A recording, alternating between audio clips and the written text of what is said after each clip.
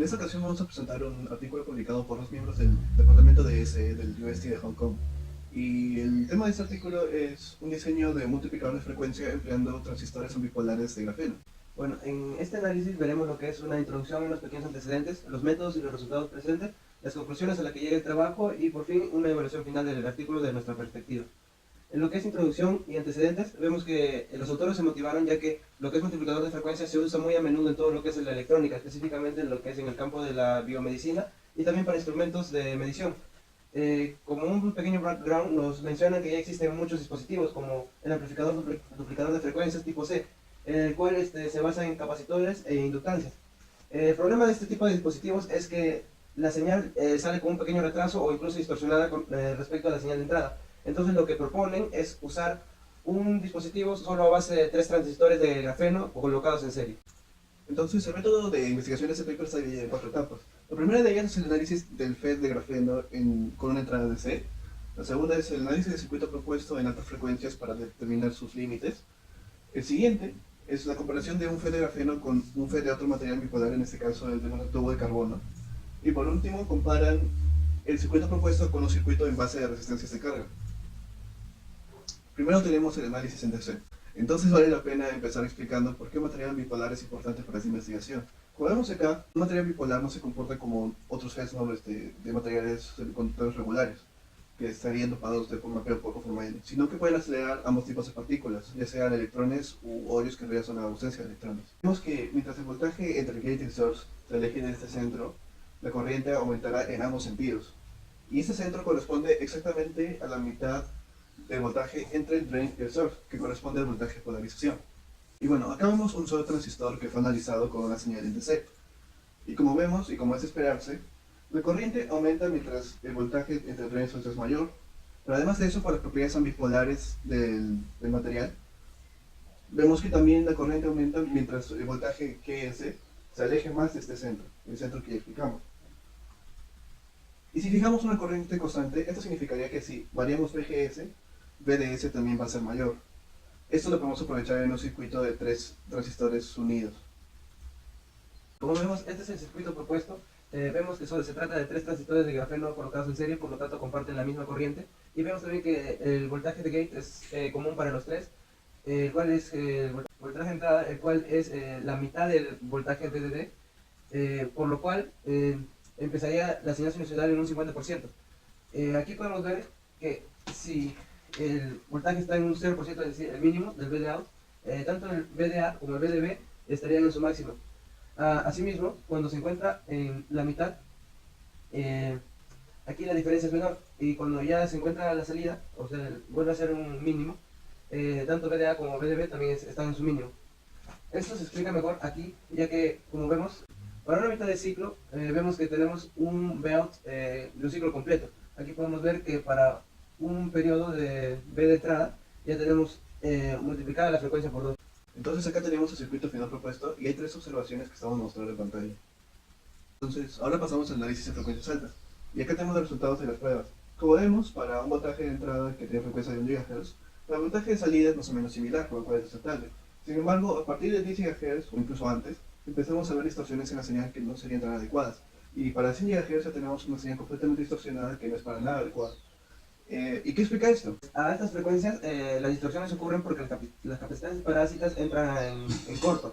Asimismo, la distribución de voltaje, que es el VDS, no es de forma simétrica. Sin embargo, como vemos aquí, existe un método en el que podemos tener una señal no distorsionada incluso a altas frecuencias. ¿Qué explica esto? Pues, como vemos, cuando se reducen las dimensiones del sustrato, podemos hacer que la resistencia entre los FETs y las capacitanzas que unen al gate se reduzca, es decir, la constante del tiempo podemos hacer que decaiga. Esto genera que la frecuencia de corte aumente significativamente. Sin embargo, para frecuencias muy altas, como por ejemplo 1 THz, este método incluso es falible.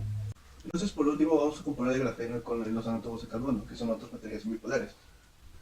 Aquí tenemos un transistor hecho con un nanotubo de carbono, y acá tenemos su curva característica de corriente respecto al voltaje entre gate y source. Como vemos, si lo comparamos con la curva que antes hemos visto, vemos que es mucho más empinada, incluso si esta curva está en una escala logarítmica. Y además de eso, también podemos saber que el cambio de voltaje de drain source, si mantenemos un voltaje de gate source constante, es también logarítmico. ¿Qué implica esto? Bueno, como vemos en los resultados de las simulaciones, Las ondas de salida tienen una cierta forma de meseta y valle, que significa que tienen un contenido armónico que no deberíamos observar.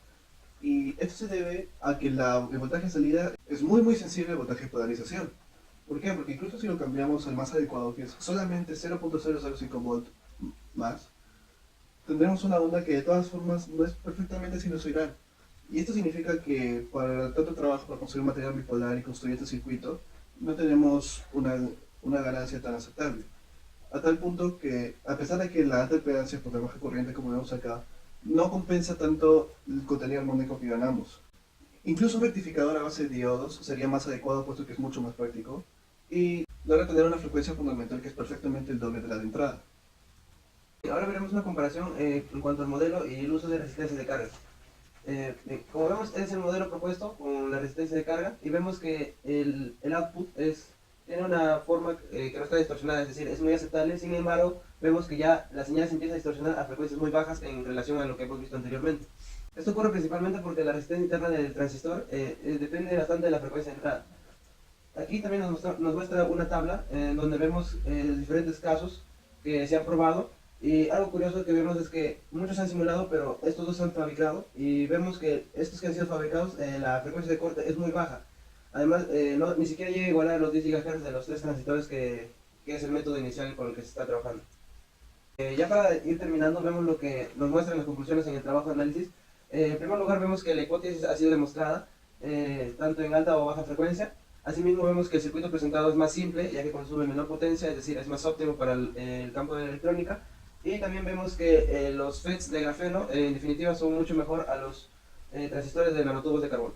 Por último, para concluir esta presentación, podemos presentar nuestra propia evaluación del paper. Y para empezar, podemos decir que el título del artículo es el más apropiado. ¿Por qué? Porque demuestra a simple vista cuáles son los objetivos del paper y en efecto es lo que se encuentra dentro del artículo.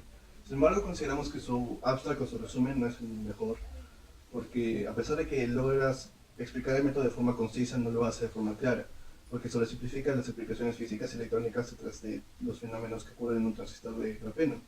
A pesar de ello, consideramos que el artículo en general es fácil de entender y seguir, y el uso de gráficas es perfectamente útil para que el lector pueda entender a qué variables se refieren en los párrafos que explican los fenómenos que ocurren en el modelo. Y por último, consideramos que el aporte científico, específicamente el de aplicación del modelo propuesto en el artículo, es muy útil, es muy valioso. Sin embargo, hay algunos hoyos en el método y hay muchas preguntas sin responder que valdrían la pena tomar en cuenta. Por ejemplo, podríamos decir que no se explora el efecto de algunas variables, como el de la amplitud de la señal o el no uso de una resistencia de carga. No se compara el grafeno con más materiales unipolares además del CNT, y tampoco se exploran muchas otras opciones de diseño de circuito. Entonces, obviamente hay mucho material que todavía vale la pena investigar. Sin embargo, consideramos que el paper es un texto que vale la pena leer y debería ser el inicio de una serie, una rama de investigaciones mucho más profunda. Gracias.